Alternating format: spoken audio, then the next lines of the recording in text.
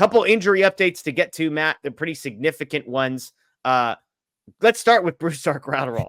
Anthony and I came on the show last night saying, man, we hope it's a strain. And then we read the post-game quotes. Hey, guys, bad news.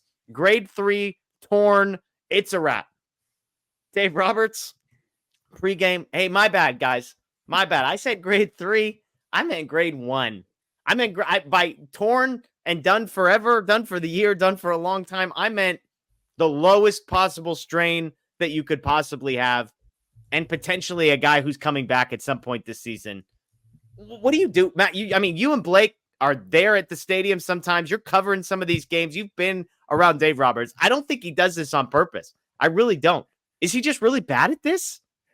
So if people have been on here with us before, I've speculated that I think what happens is Dave has so much on his plate that keeping track of all the different details, combined with, I think the Dodgers organization as a whole prefers to not disclose specifics with injuries.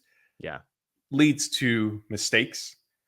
I will cut Dave some slack with this one because, frankly, like, Graterol played the part. I mean, he was visibly upset, in tears, needed help getting off the field, needed help down the dugout steps, needed help into the clubhouse, was on crutches after the game. I saw that and I thought, oh man, like, he must know, like, he must have felt like a significant pop or something, and he must know that this is just done.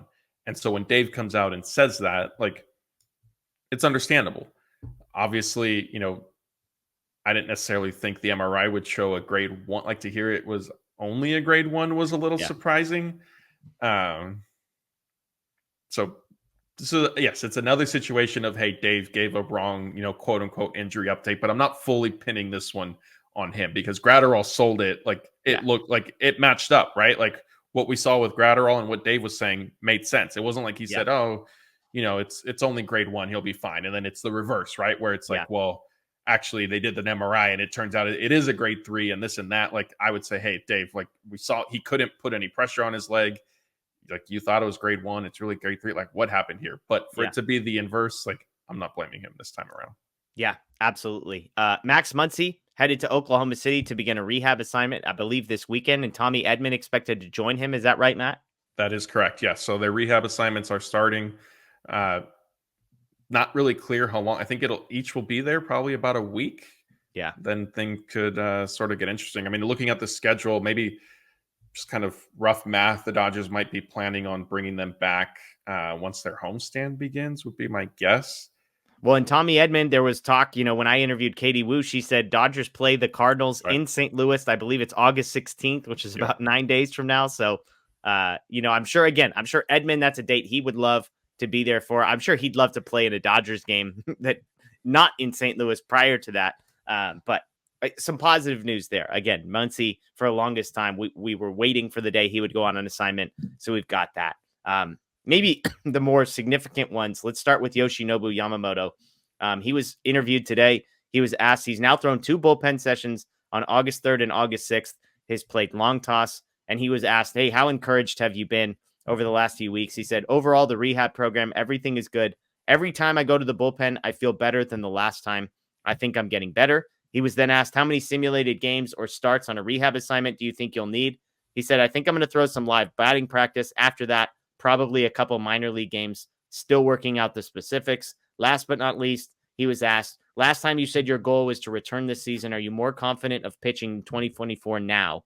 And he said, yes, of course, it's the same goal. So still hoping, expecting, aiming to pitch at some point this season. He's got a live BP, a couple minor league games in front of him. But yet again, I'm not saying take it to the bank and bet all your money that this guy pitches for the Dodgers this season. However, positive news on Yoshinobu Yamamoto. Yeah, definitely. I mean, I think all you could have asked for at this point were these type of updates, right? Of signs of, okay, he's healthier, he's feeling fine, he's getting through different checkpoints and clearing them, and not, it's not like he threw his first bullpen session and said, hey, there's actually a lot of soreness now, I can't keep going. That being said, the facing hitters is going to be a big test, because I think your intensity level, your velocity, probably your adrenaline sort of increases If he gets through that without any sort of setback, I'll be more confident in him returning. I think his answer when he was asked, are you more, last time you said it was just a goal to come back, are you more confident now with the progress you made, to sort of answer it as saying like, yes, it was always the goal to pitch this year, is kind of like a non-answer. Yeah. There's also the possibility that it was something lost in translation. So I'm going to hope for that, and not that Yamamoto is trying to sort of dodge the question. Yeah. Last update here was on Mookie Betts. Of course, the news comes down yesterday from Dave Roberts that Betts is going to play shortstop when he returns. Some interesting quotes. He was asked about the conversation he had with Miguel Rojas. He basically said, Miggy's going to bounce around third base, second base. He says if there's a day that Mookie takes off, Rojas will play short.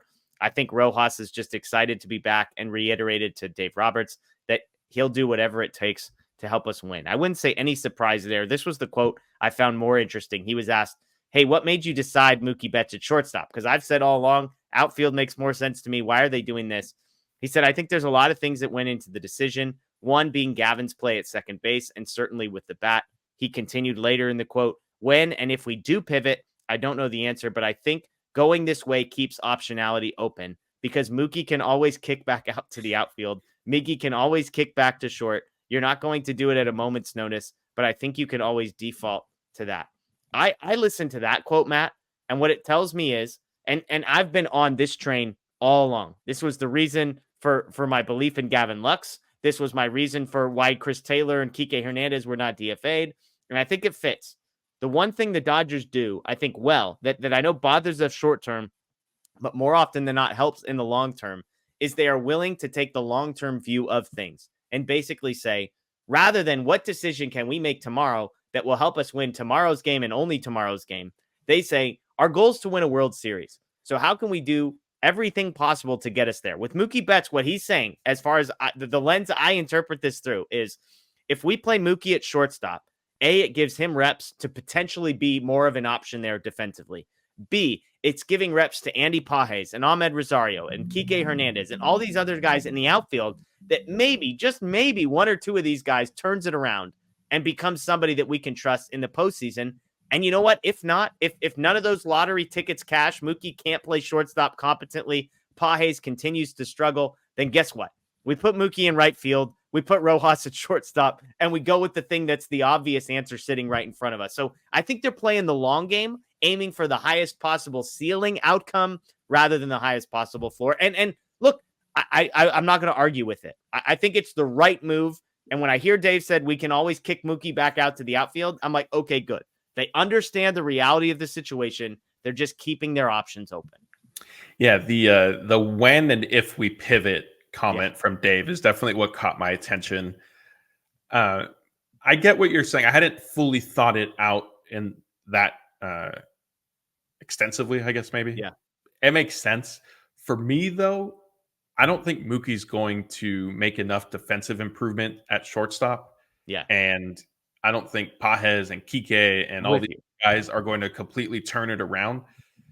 So for me, I would have spent, and not that Mookie forgot how to play the outfield, but he is going to need some reps out there again. Yeah. Like, yes, he's talented enough. He has enough history, experience there to, if they decide, his third game back, hey, go play right field today, he'll be able to do it just fine. But considering what they did at the trade deadline, from that point to now, I probably would have had Mookie, and maybe they haven't, it just hasn't been seen and they haven't mentioned it. I would have had him start doing more work in the outfield. Yeah. And just let him play outfield when he comes back. Like, put him there, and either it's Rojas or it's Edman or it's Rosario, who's your starting shortstop. Yeah. And then you still have room in left field for Pages or Kike, or however you want that. Chris Taylor, if he comes back. We haven't even discussed him as one of the injured guys. Well, that's only if you put Mookie at center field, because obviously Teoscar's in the other corner. So you've got to figure out.